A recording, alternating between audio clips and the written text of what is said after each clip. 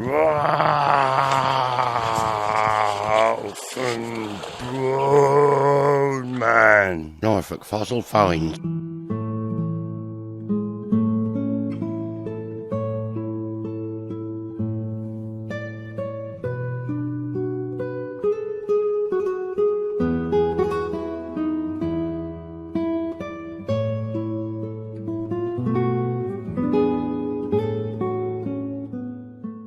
Ralph and Bone here, episode 6 of Ralph and Bone Man's Norfolk Fossil Finds.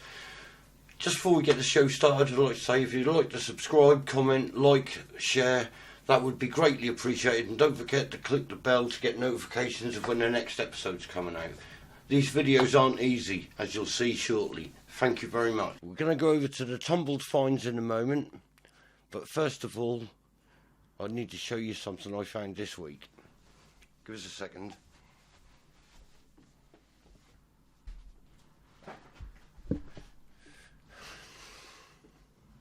Get some light on.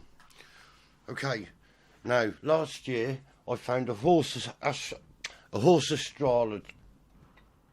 I found a horse astragalus.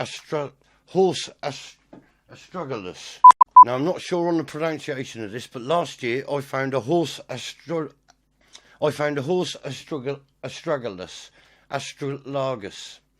Last year I was lucky enough to find a horse astragalus. Or last year I was lucky enough to find this. Look at that.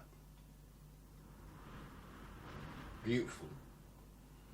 Now the reason I'm showing you that again, I found an even better example of a horse astragalus or astragalus.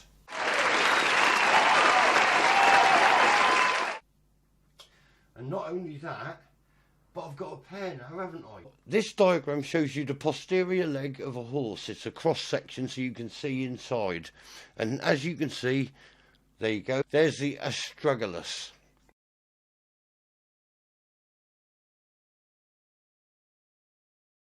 These are the tumbled, unidentifiable finds since episode 5.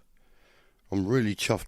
And it's not the entirety. I've got the bigger pieces ready to show you a bit closer, but I'm just going to run up and down these just to say, first off, big shout out for my fossil bag I got for Christmas to Sarah. Thank you very much, it's doing me proud, that is. Takes some weight as well, and you don't have to worry about messing anything up in your pockets and stuff. So here we go, I'll take you for a brief tour over these bones. Look at the patina on that. That one was last night, that big one. And the one next to it, the other larger one, that was the night before. So the rest are basically small fragments we'll breeze through until... I've been finding also a lot of older bone, much older. But I've got a couple of special things for you as well. Now we're on to a bigger chunk there. That's a lovely big chunk. Over to the narrator, Ralph and Bone, to tell you a bit about the southern mammoth. Mammothus meridionalis, or the southern mammoth.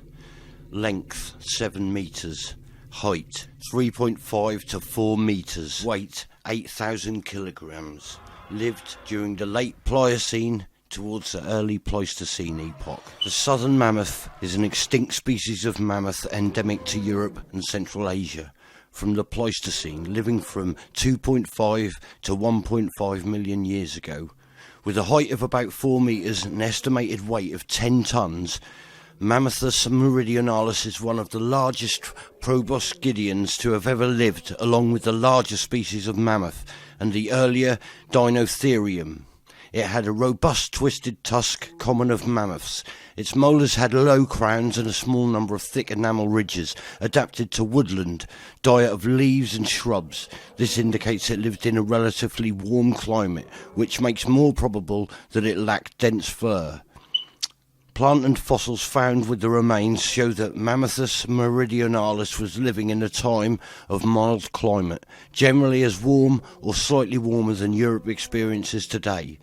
Deciduous mixed wood provided its habitat and food, which comprised mostly of tree browse, oak, ash, beech and other familiar European trees, as well as some that are now exotic to the region, such as hemlock, wingnut and hickory. Right, So I'm walking along this week on the beach and that. Nothing, didn't find hardly anything. Just securing my moustache because I don't know if you remember in one of the earlier episodes, the hand axe got me so excited that I found that my moustache tried to escape. Now, I've shown you some of my partial southern mammoth teeth before. I'm going to put some pictures up because it's not very clear to see in this light at the evening time, so...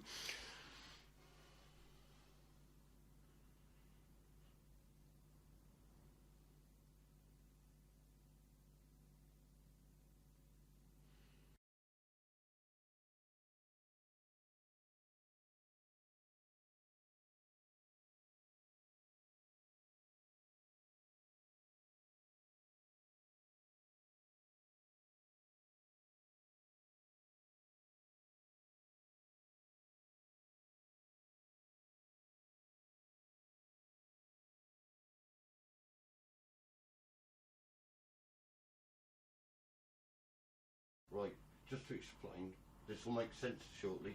Here we go. Right, this material here in between is cementum. Right, the rings, the white rings you see there, that's enamel, and inside that's the dentine. Okay, we've got a bit of a serious issue we need to speak to Phil Harding about today, so I'm going to go over now to Ralph and Phone Man. Now, over to Phil Harding, where reports have come out this week that the government have been in talks to try and make it taxable to actually be Phil Harding. It could cost up to £50,000 just to be Phil Harding for a year. Ridiculous price. Who do you see as fully responsible for this, Phil? Blame it on the government. I think that's fair. I read your press release where you stated that you believe there's some funny goings on, you know, financially. In the background. I'm sure there's a little bit of profiteering involved. I expect you want a review or some kind of... There's got to be a full investigation. The government have hit back saying any money that's earned via taxing Phil Harding would be given to charity. What do you say to this? They're making a lot of profit at my expense. Are they? So what would it take, Phil, for you to sit down with the government and try and work this out democratically? They got to be friendly and they got to be welcoming.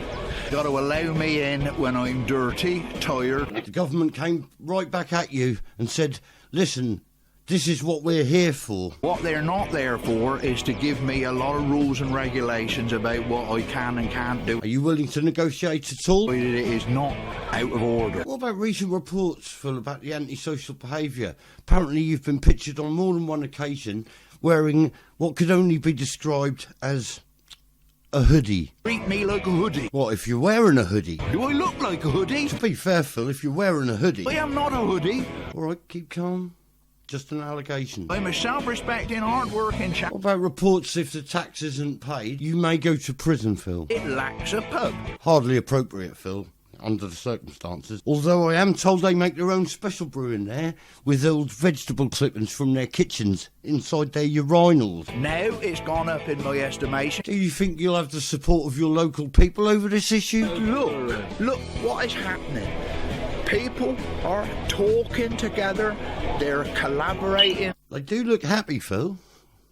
I'm not sure if it's over this issue. It's a bit of a concern. They do look very happy. They're associating, they're enjoying life together. Our cameraman has brought over some of that prison brew for you to try, Phil. What do you think? That ain't bad. That ain't bad. It'll taste better when I get one or two more down my neck. Not sure it will, Phil. I'm not sure it will. If you could speak to the government directly right now, Phil, what would you like to say? See me when I've had a few, I'll tell you.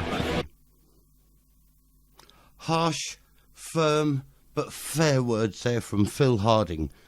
Right, now over to one of our younger viewers, Honey Evans, who said to me this week a very poignant and philosophical thing, which impressed me, really, because if we all did what she has to say, the world would be a better place. Now, don't worry, if you're a vegetarian, you can do the equivalent, but with corn.